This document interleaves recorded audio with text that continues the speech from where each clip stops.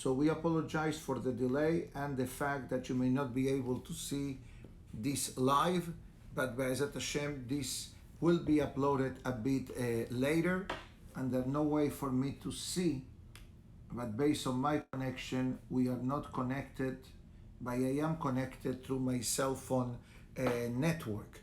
We hope that everybody had a beautiful Shabbat Kodesh, Perashiot, Hukat, Balak, and now we enter into Perashat Pinehas. Today's class is dedicated La'ilui Nishmat Avraham ben Bela Alav Shalom, graciously sponsored by the Ashkenazic family in his loving memory. Iratzon that to the words of Torah may have an aliyah to his neshama. Amen. So today's Gemara from Masechet Berachot tells us messages specifically for the Hachamim, for the rabbis. And interesting enough, the Gemara says, Tanu Rabbanan, our rabbis teach us, Shisha Devarim, there are 6 things, Shegenai lo letalmid Hacham, that are not proper for a rabbi to do. And number 1, the Gemara says, Al yeseh keshehu mebusam lashuk. He should not go out when he smells very strongly of perfume. You may say, what's wrong with perfume? The Gemara will explain this soon. Number 1, Al yeseh yehidi balayla. Don't go around by yourself at night. Be'al yeseh b'min'alim ha'metulaim. And don't go out with shoes that have thorns, etc. Be'al yesaper im isha bashuk. Don't talk with ladies on the street or on the marketplace. Be'al yasef b'habura shel ammei ha'aretz. And don't sit in a gathering of people which there is no a Torah element involved with it. I will explain each one accordingly. Be'al ikanes b'harona lebet midrash. And do not be the last one to come in to the place of Torah study, or we can say this, to the synagogue as well. So the Gemara asks, why the smell? Obviously, a person wears deodorant, and some of us may put perfume in honor of Shabbat, etc. It is not prohibited, but the Gemara says when this concept or this restriction applied, במקום שיש חשודים על משכב זכור. When God forbid there is a concept that same gender relations may exist in a very obvious and open way, which although in America today there is such a condition, regretfully, and I say regretfully because a same gender relationship is not only a Torah prohibition for Yehudim, but it's actually a mankind prohibition, including for Goim. The Gemara writes, now, we're talking about in the garment, aval begufo, but when it comes to the body, mutar, it's permissible to put on perfume, and we can add deodorant. In the olden days, deodorant did not exist. Deodorant it's something perhaps that has only a few years. And the Gemara says, why? That they used to wear, or they used to put on some type of liquid in the body to remove the odor of the smell. That's the difference between deodorant and antiperspirant. The word says it all. Deodorant, antiperspirant. I think that from a healthier perspective, the deodorant is healthier than antiperspirant, because the antiperspirant with the formula, I believe it covers the pores of the under the arm, and that's where the lymph nodes are, and according to some opinions, is better from a health perspective, better deodorant than antiperspirant. I'm not a doctor, I'm not a chemist, but I'm familiar a bit with the topic. The Gemara writes that Al yeseh yehidi balayla, that a rabbi should not be walking around in nowhere place at night by himself. Mishum hashada, we're talking about the fear that maybe the rabbi is hiding through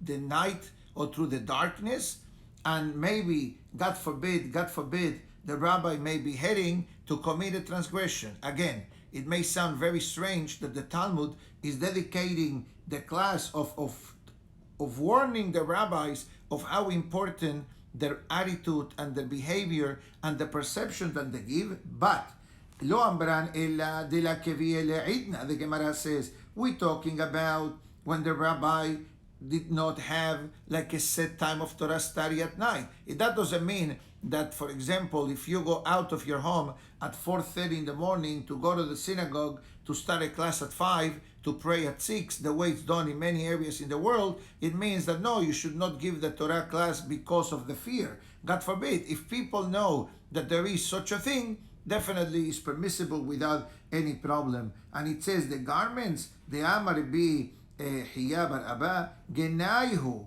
It is not appropriate for the Talmidei Hachamim, especially that the shoes are not clean, are not presentable, or they may have holes. And you may say, why do we make such a big deal about shoes instead of garments? Because garments are very obvious that if your garment is not clean, you should not wear it. It happened to me earlier today. I wanted to pick up a tie, and then I took at the tie and I thought that I saw a stain, and depends on what side of the light I was looking at it, if I saw something there or not. So what did I do? I picked another tie that is clean, and everything is divine providence. I did not read this Gemara when I got up earlier today, but this is something that the Gemara through the years has taught us, that Hachamim need to be clean, they need to be presentable. You don't need to be a GQ type of dress code, Haz v'shalom. Just look presentable, clean, obviously without the element of smell, the way the Gemara mentioned before. The Gemara goes even further, that when it came to the concept of shoes, if you remember this, we learned a long time ago, that we discussed the beracha of she'asa li kol sorchi, that HaKadosh Baruch Hu provided all my needs. And we explained then that what is this beracha all about? Short answer, this beracha is to express our hakarat tov, our gratitude to HaKadosh Baruch Hu, that we are able to have shoes. And then you may say, Rabbi, what's the big deal? Who doesn't wear shoes today? Guess what? Today is very easy to have, just for you to look at the tie better. Today is very easy for us to have shoes, and Baruch Hashem, I can imagine that people usually have more than one pair of shoes. Some people have 2, 3, whatever that means. Ladies perhaps have more than men. But in the olden days, wearing shoes and owning a pair of shoes, it meant that you were in a higher financial level than many others. And that's why when this came to be, and not only a financial aspect, it may be a sign of respect that people used to have for the concept of wearing shoes. I know that for us, this sounds very strange, exactly what I'm saying. What, because you were able to have shoes, you already have to say a beracha to HaKadosh Baruch Hu? The truth of the matter is yes. And that's the meaning of she'asa li kol sorchi, that God provided all my needs, refers to the concept of shoes. And where do we see this? We see this in the halachot of Tisha B'Av and halachot of Yom Kippur. According to our tradition, we, in the day of Tisha B'Av or Yom Kippur, since we do not wear leather shoes, we do not say the beracha of she'asa li kol sorchi. That is a Syrian tradition, that is the ruling of the Ben Ish Hai and many others. Hacham Rabbi Yosef, Zecher Tzadik Livracha, came up with a halachic ruling many years back, stating that although that is accurate, that for centuries that blessing was established for the shoes, and the tradition of Am Yisrael was not to say this beracha on Tisha B'Av or Yom Kippur, but today, in our generation, that Baruch Hashem, as I said before, shoes are very affordable. Anyone can own a pair of shoes. Again, you don't have to spend $300 in a pair of shoes. You can buy a nice shoe, a good shoe, $40, $50. Yes, those exist. And there are people who still buy them due to their financial budget. But that doesn't mean that you're going to walk around barefooted. So therefore, according to the ruling of Hacham Obadiah Yosef, she'asa li kol sorchi, which in English means that God provided for me all my needs, is an all-inclusive blessing. is not an exclusive blessing for shoes only, but it's actually all inclusive. If that's the case, if the blessing is all inclusive, so then in the day of Tisha B'Av and in the day of Yom Kippur, according to the rulings of Hacham Rabbi Yosef, a person should say She'asa li kol sorchi. We are not planning to change the Syrian tradition, especially in our synagogue and many others, but I'm only creating an awareness of how much thoughtfulness the Hachamim gave to the concept of wearing shoes. The Gemara goes even further concerning Hachamim gathering with Mehila. The Hachamim al yesaper im isha bashuk. Don't talk with a lady on the street. I'm not sure if today this is a reality. How many times I go to a supermarket or I go to a place and say, oh, Rabbi, question, is this kosher? Is this allowed? Is this permissible on Shabbat? Oh, you saved me a phone call. How do I register for the Eruv hotline? In other words, the idea is that if you are in a public place and somebody stops you for a kashrut question or for a rabbinical question, it's one thing. But when a person is going to start engaging in conversation, and I think that this is what the Gemara is referring to, even if you need to be polite and to say Shabbat Shalom to Mrs. Cohen, or to say good morning because you saw her in the supermarket alleyway, you say good morning, have a nice day, Shalom, move on. The idea is not to engage in conversations which, God forbid, may lead to challenging situations. Be'ad Yasef b'habura shel amei ha'aretz, the Gemara says, when a rabbi is invited to something, the rabbi needs to do his homework, to go or not to go. Obviously, if they invite you to a Zohar reading, they invite you to a Hanukkah Bayit, that those are Torah-oriented gatherings. At least from the Torah, from the Halakha perspective, when you go to a Hanukkah Bayit, you don't just go to have a barbecue.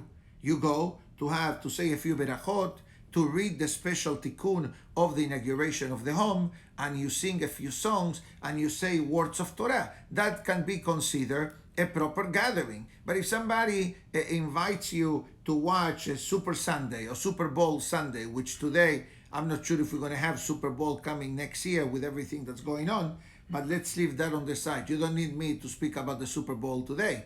So we talk about the fireworks of 4th of July that were missing in action. That's a different story. But the Gemara is trying to say is, even if they invite you to watch a Super Bowl game and they tell you, Rabbi, let's make a deal.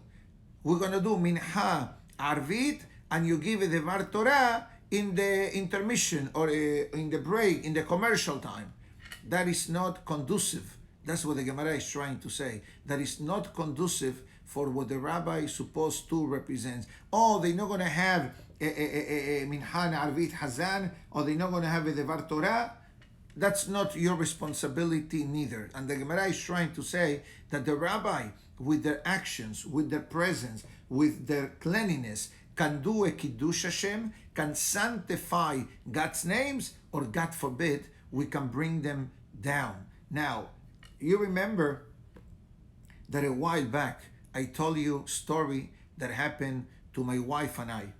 And my father, alav shalom, sat us in one of the meetings that we had, that we were all together, and he sat my wife and I and said, I need to speak to you.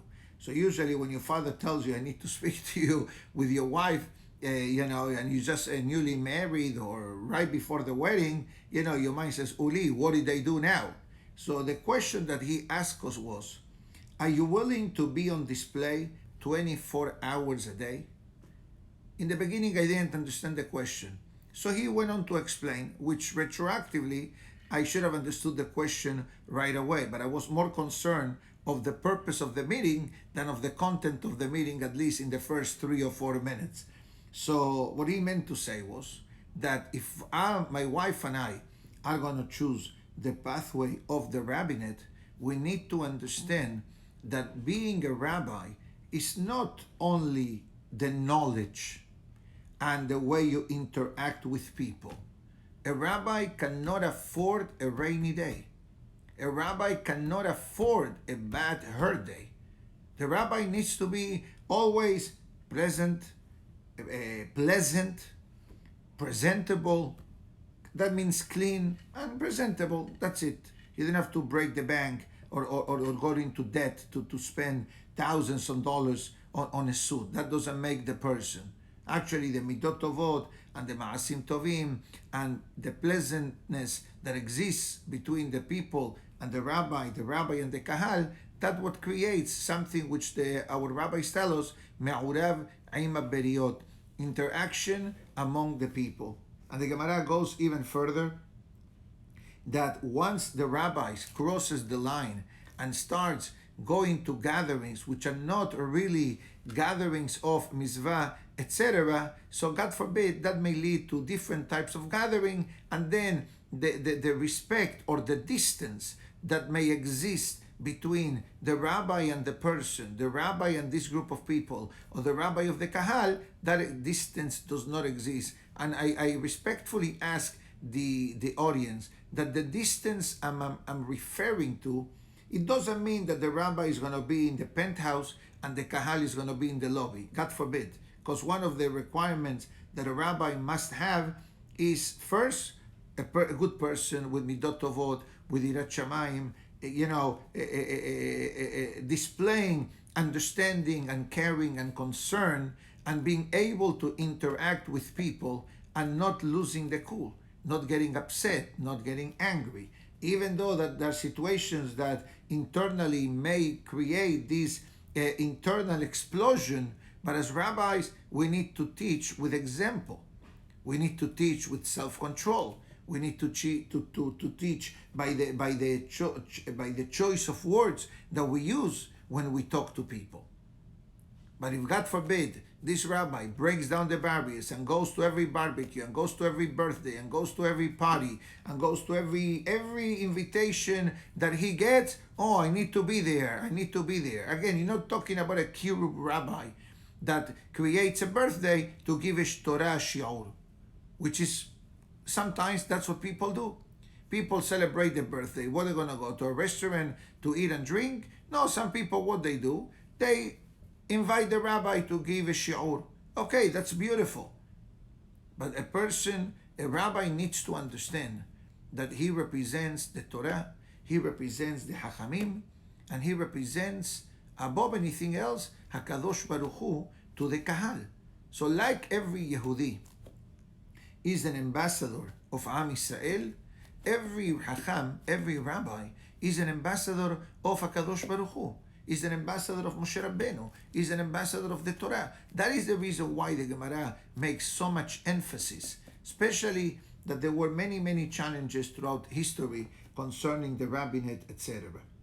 Now, the Gemara writes, another one, Ali kanes la harona lebet midrash. Don't be the last one to come in. Mishum de karulo poshea. They may call him lazy, unable to come, unable to get up early, and that's definitely something that we need to work on, etc.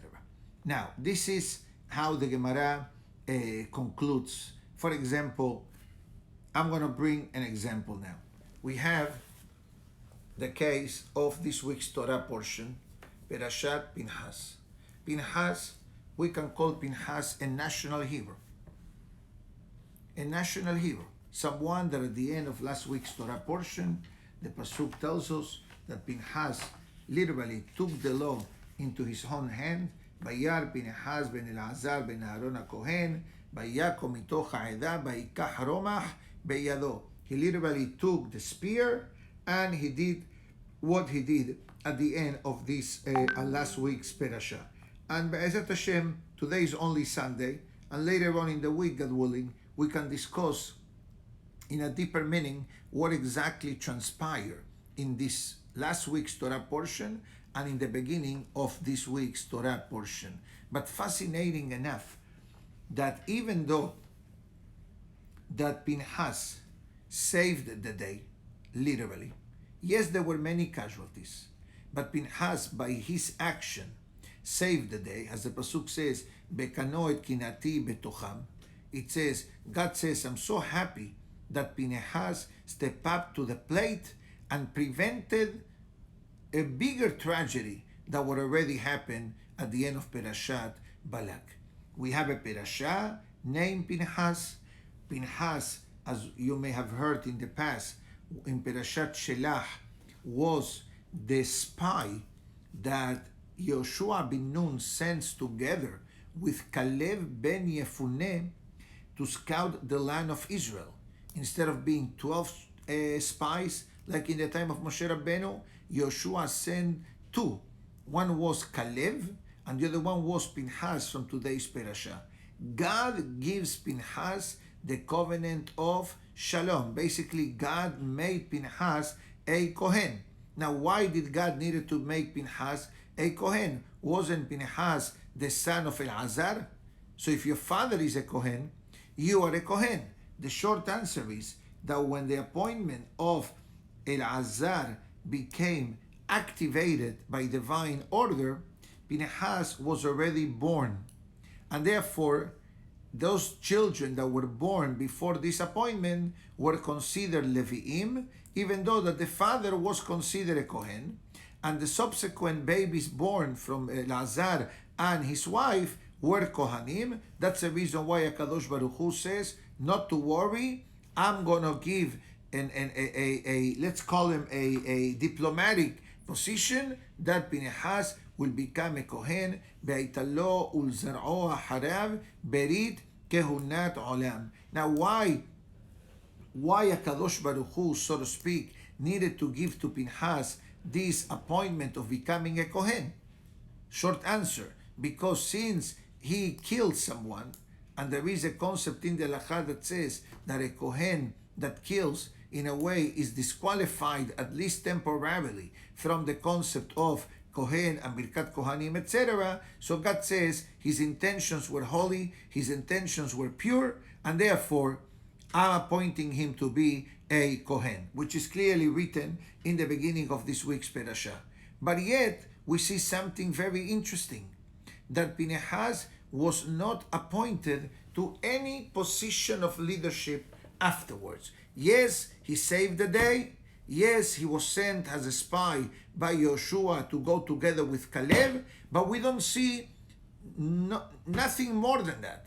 And the question is, why not? Why Pinchas was not given, give him a position? Short answer, because of his reaction. The books of Musar tells us that Pinchas did it what he needed to do at the right moment, because that condition required an extreme reaction. But when you are in a position of leadership, extreme reactions cannot be your middle name.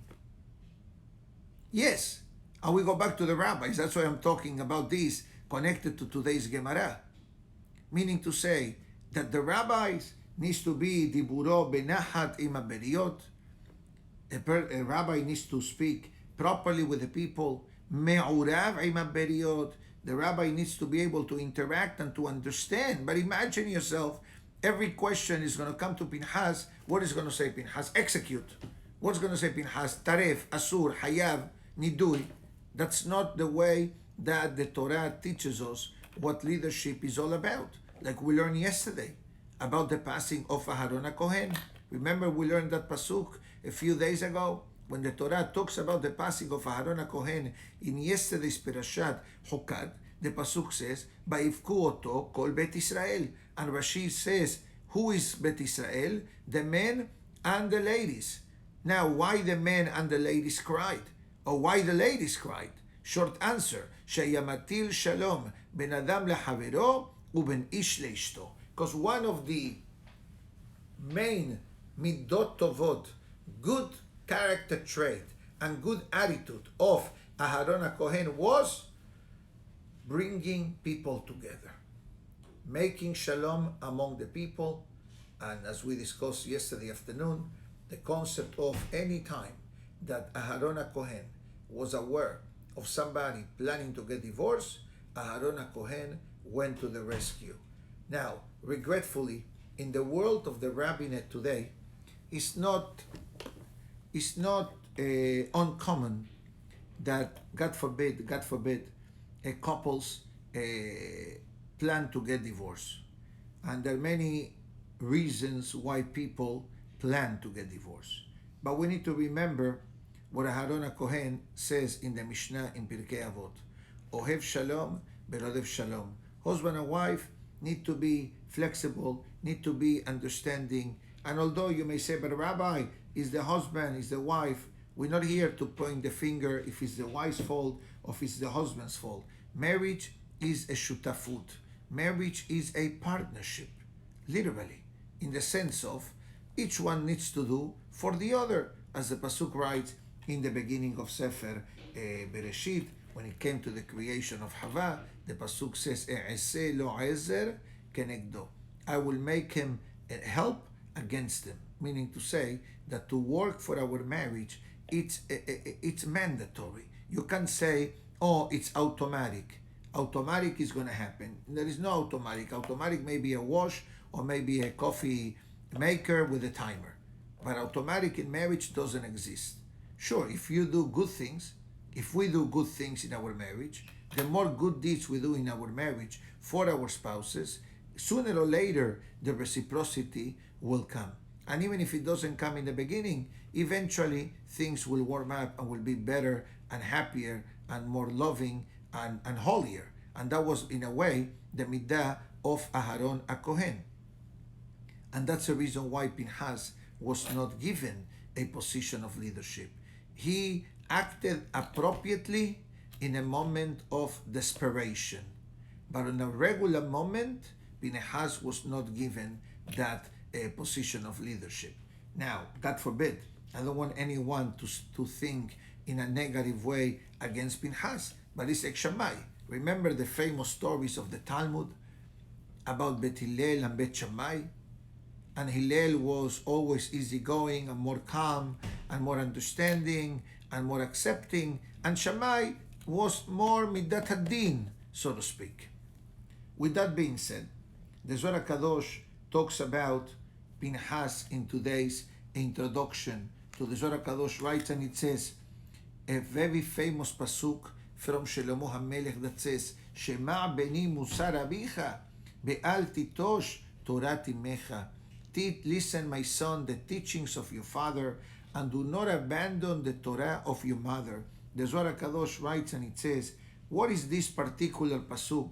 So it says, the Zohar Kadosh, that this refers the essence of HaKadosh Baruch Hu, the essence of God and the essence of the Shekhinah, which both concepts are exactly the same.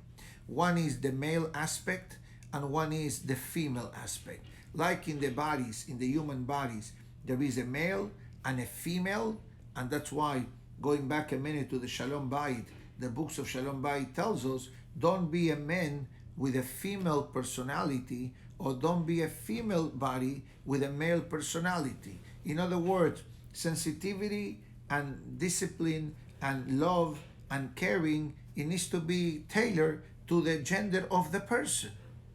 Now, the Zohar of today says a very interesting concept. It says the Zohar of today that how do we show, so to speak, that I'm listening to the teachings of my father?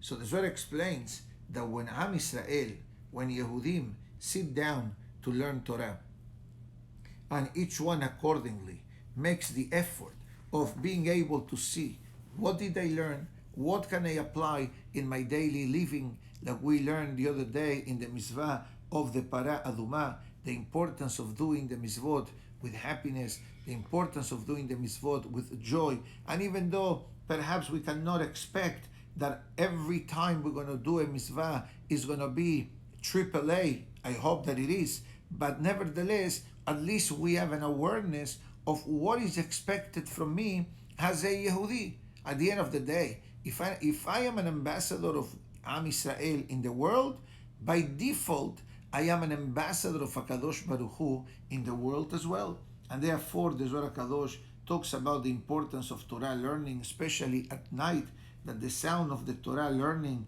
even attracts the essence of the Tzaddikim, which are pay attention to the learning of the person. As Shlomo Melech says in Shir HaShirim, חברים מקשיבים לקולך שמיעני, ברך דודי ובנה לך לזבי. This is at the end of שיר השירים. The pasuk says, היושבת בגנים, those that are dwelling in the garden. This refers in Gan Eden.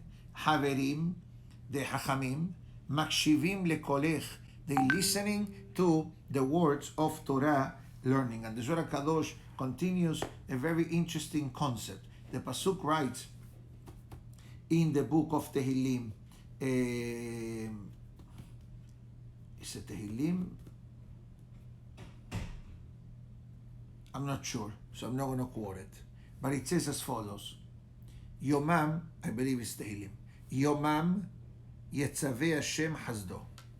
During the day, God will order upon you His kindness. That's a pasuk. Ubalayla shiro imi. When you sing to me at night. What's David HaMelech saying in the book of Tehillim? It says that the zechut of Torah learning at night, it creates like such a situation that HaKadosh Baruch Hu says, you were willing to sacrifice part of your sleep to learn Torah. You know what? I will reciprocate to you. Yomam, during the daytime, Yetzaveh Hashem Hasdo. God will order. What does it mean, God will order the kindness to come upon the person? Short answer. Sometimes Shamayim pre-approves some source of blessing, some sort of blessing or salvation for the person. But it's like an application, and that application needs to be approved or needs to be denied. So there is a group of malachim, so to speak, that scrutinize that application. Will Mr. XYZ entitled to receive this action of compassion from the Almighty? Many times the heavenly judgment circuit will say, we don't believe that he deserves it. Look what he did. But there are certain exceptions that God approves it himself. And that's the reason why the pasuk says, Yomam, during the daytime, Yetzaveh Hashem Hasdo. God will order that compassion and mercy should come upon you, even though we may not be deserving. Why? Ubalayla shiro imi. Because at night you sang to me, which, by the way, I'm sure the Kahal remembers the famous Beracha Mehila, the famous Gemara in Masechet Berachot that tells us about David HaMelech. And it's actually a pasuk of Tehillim that says, Hasot Laila, Akum lehodot lach, al kol mishpete sitkecha. David HaMelech, the Gemara tells us that by midnight he will wake up and will sing and pray to HaKadosh Baruch Hu. Very interesting Zohar HaKadosh. And it says, the Zohar HaKadosh, that Pinchas, now a person, before we go to Pinchas, remember on Friday, was it Friday or Thursday? I believe Friday or Thursday, we explained a very interesting Zohar that talks about the fear of Moshe Rabbeinu. And remember what was the fear of Moshe Rabbeinu? So the fear of Moshe Rabbeinu was, the Zohar says, Al tira oto. Moshe Rabbeinu was concerned, saying, maybe the milah that Avraham Avinu, alav shalom, did to Og, maybe that zechut will protect Og, and I will not be able to touch him. Not that, God forbid to say, that Moshe Rabbeinu was afraid of a human being. Despite the size of Og, that was way taller than Moshe Rabbeinu, Moshe Rabbeinu wasn't afraid of the body. Moshe Rabbeinu was afraid if the Mizvah of Berit Milah can protect him for eternity. The Zohar says no. Why? Because he defiled his Berit Milah. He acted in an inappropriate and an immoral way, and once that happens, the essence of the Berit Milah weakens from a spiritual perspective. Why do I say this? The Zohar Kadosh talks about how can a person strengthen the bonding with God? So we usually say, what's the question? Torah, mitzvot, ma'asim tovim, tzedakah, chesed, prayer, all of the above is beautiful. But the Zohar HaKadosh says, Kol mi shezoche leitchazek b'shechina. Whoever wants to have the marriage and the merit and the privilege to bond with godliness, he needs to stay away from things that create a distance between us and God. As the Zohar HaKadosh, kegon ma. Can you give me an example of what a person does that keeps God away from the person? The Zohar HaKadosh says, Inun de la meshakre be'at kadisha. This refers to those that are not careful with the berit milah kegon ba el bat nechar, a Yehudi, God forbid, that goes with a goya, or kol she'ar mine pegam berit, or any other way of defiling physically our berit milah. And because I believe that many ladies will listen to this class or maybe watching the class, I need to be very careful and respectful of not saying things which are inappropriate. But you understand what the Zohar is trying to say. The avon of zera levatala, the prohibition of wasting seed, God forbid, in inappropriate relationships, or God forbid, even manually. Bechol, and therefore the Zohar HaKadosh, mandenatir garmeh, whoever is careful with his berit milah, Borei Olam and Am Israel are all together. Be'am al Rabbi Shimon, and Rabbi Shimon says, this was the merit of Pinchas.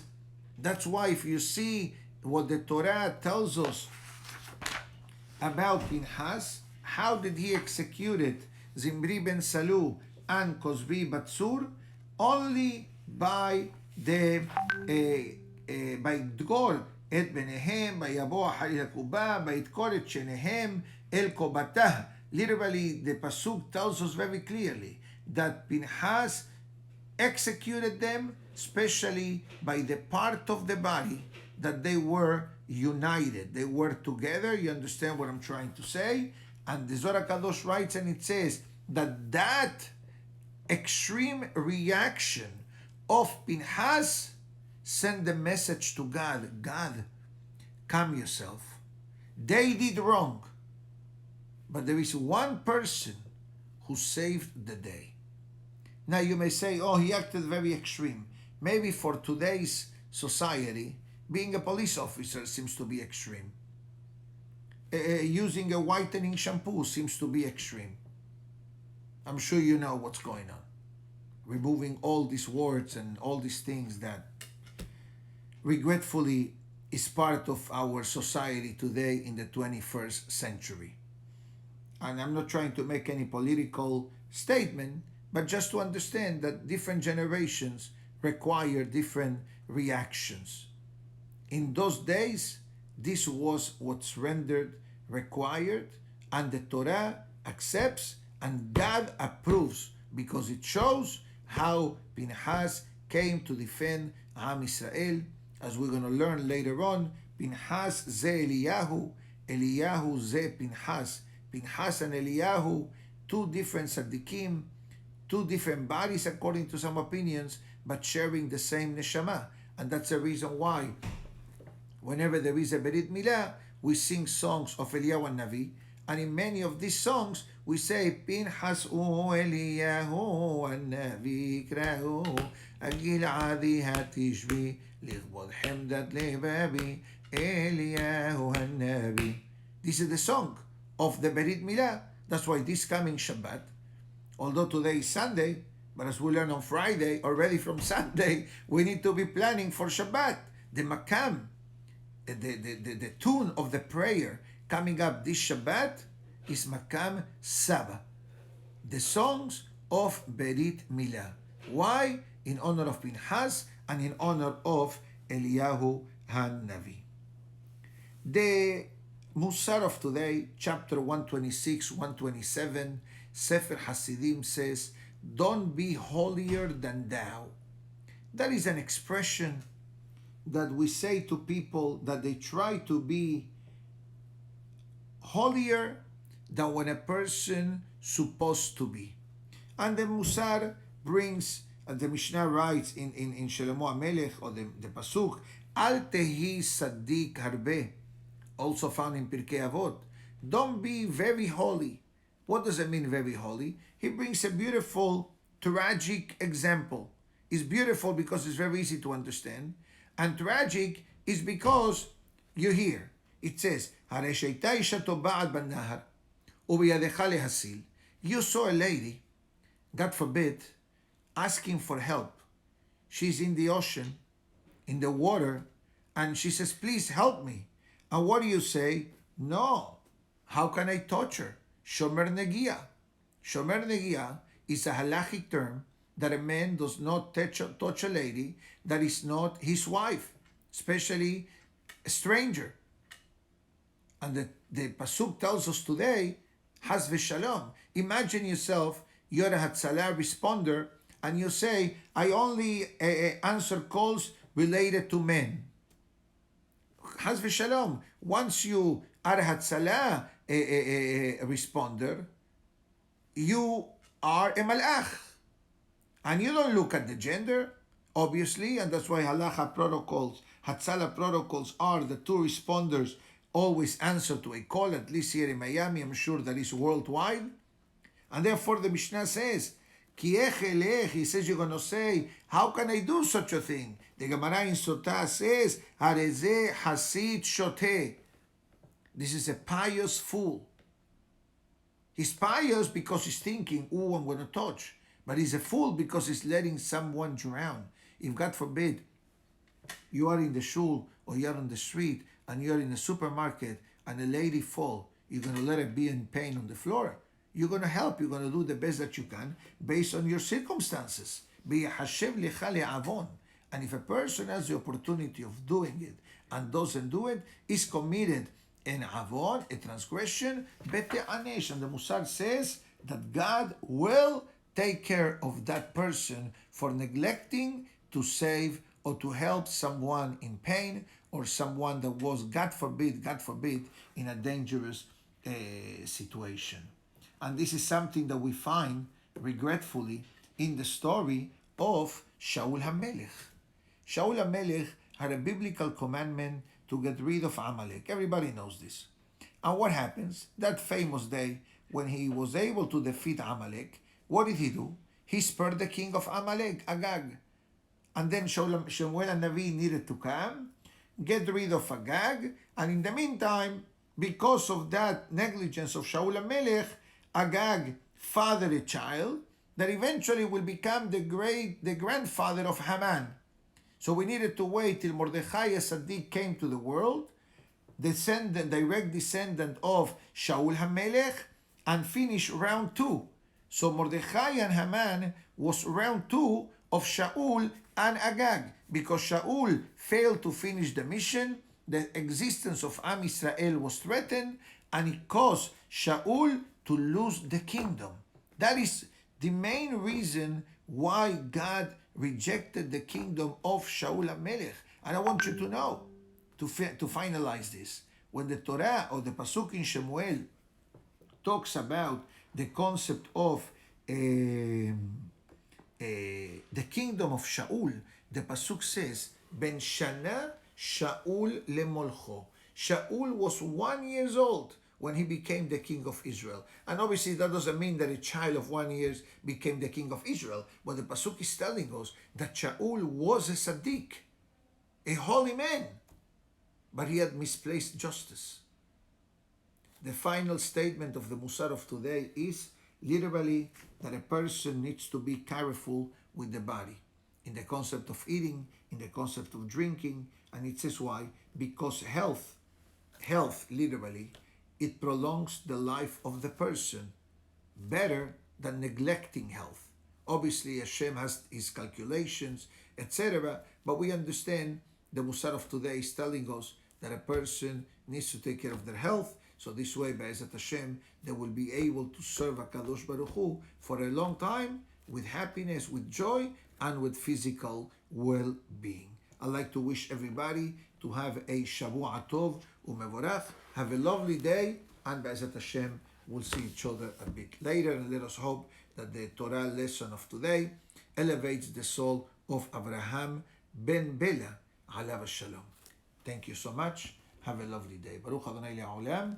Amen ve'amen.